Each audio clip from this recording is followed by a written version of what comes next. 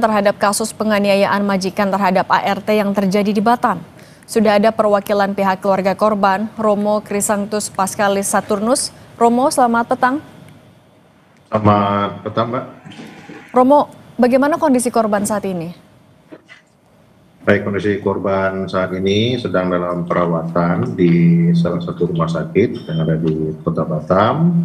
Dan kemudian dari segi fisik memang struktur tubuh korban itu mengalami luka babak belur ya, bahkan sangat sadis sekali ini, luar biasa sekali yang terjadi pada diri korban. Dan dalam korban sendiri juga mengalami depresi berat, trauma berat, dan masih sering juga dalam beberapa jam, misalnya ketika dirawat di rumah sakit, korban masih tertrigger misalnya peristiwa-peristiwa yang telah terjadi, dan kadang-kadang juga semacam ada teriakan-teriakan minta maaf, minta ampun, seperti itu yang masih sampai sekarang terjadi pada diri korban. Artinya masih dalam tahap pemulihan secara medis maupun secara psikis. Tapi penanganannya bagaimana secara fisik dan psikologis? Pendampingannya seperti apa, Romo?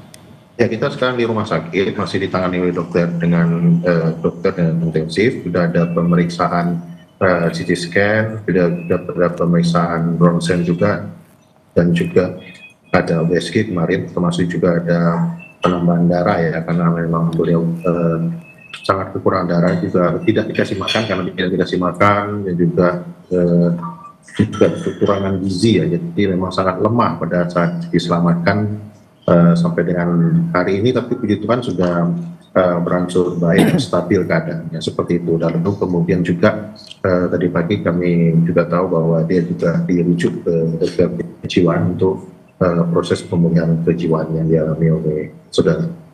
Romo Pascal, tapi bagaimana sebenarnya kasus ini bisa terungkap pada akhirnya?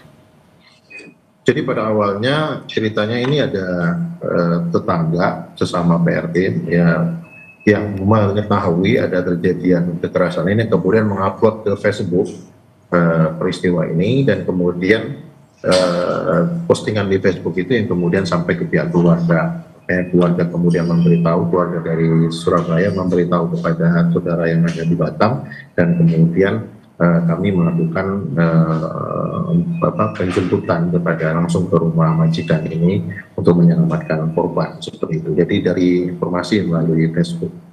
Sudah berapa lama korban bekerja di sana dan juga mendapatkan penganiayaan, Romo? Ya, jadi korban sudah bekerja di sana kurang lebih 1 tahun, dan sepanjang tahun itu sebenarnya korban sudah mendapatkan kekerasan ya, mulai dari kekerasan psikis. Saat korban tidak pernah dipanggil dengan sebutan nama, selalu dipanggil dengan sebutan binatang, bahkan mohon maaf juga disebut dengan sebutan lonte, dan kemudian mengalami kekerasan bertubi-tubi. Dan ini puncak dari kekerasan yang sudah dialami korban dari 1 tahun itu.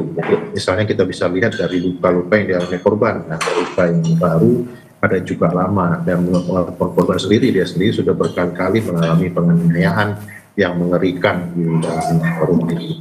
Oke, Romo Pascal, terima kasih. Titip salam, semoga lekas pulih juga untuk korban. Terima kasih sudah berbagi di Kompas Petang. Sehat selalu, Romo.